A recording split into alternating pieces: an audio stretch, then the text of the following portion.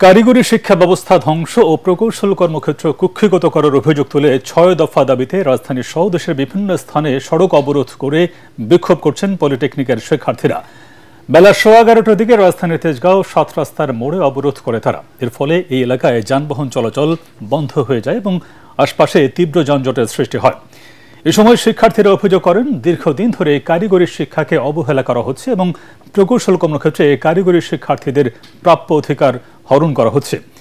এর প্রতিবাদেই তারা রাস্তায় নেমেছেন। শিক্ষার্থীদের ৬ দফা দাবির মধ্যে রয়েছে হাইকোর্টে বাতিল হওয়া ক্রাফট ইন্সট্রাক্টরদের পদোন্নতি ও নিয়োগ সম্পূর্ণ বাতিল করা, ডিপ্লোমা ইন ইঞ্জিনিয়ারিং কোর্সে বয়সসীমাহীন ভর্তির সুযোগ বন্ধ করে উন্নত মানের ৪ বছর মেয়াদী কারিকুলাম চালু করা এবং ধাপে ধাপে ইংরেজি মাধ্যমে একাডেমিক কার্যক্রম চালুর উদ্যোগ নেওয়া। এছাড়া ডিপ্লোমা প্রকৌশলীদের বাদ দিয়ে নিম্ন পদে নিয়োগ বন্ধে আইনগত ব্যবস্থা গ্রহণ, কারিগরি শিক্ষা বহির্ভূত জনবলকে কারিগরি সেক্টরের গুরুত্বপূর্ণ পদে নিয়োগ নিষিদ্ধ করা এবং শূন্য পদে দক্ষ শিক্ষক ও ল্যাব সহকারী নিয়োগের বিজ্ঞপ্তি প্রকাশের দাবি জানানো হয়েছে।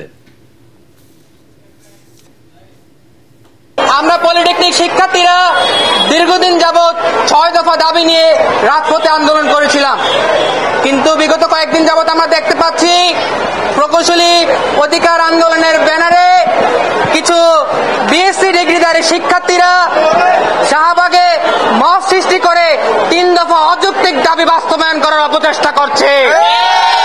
আগামীকাল সারা বাংলাদেশের সকল পলিটেকনিক ইনস্টিটিউট নিজ নিজ পলিটেকনিক ইনস্টিটিউটের অভিমুখে এবং গুরুত্বপূর্ণ পয়েন্টগুলোতে কাত্তর ও দহন কর্মসূচি পালন করবে।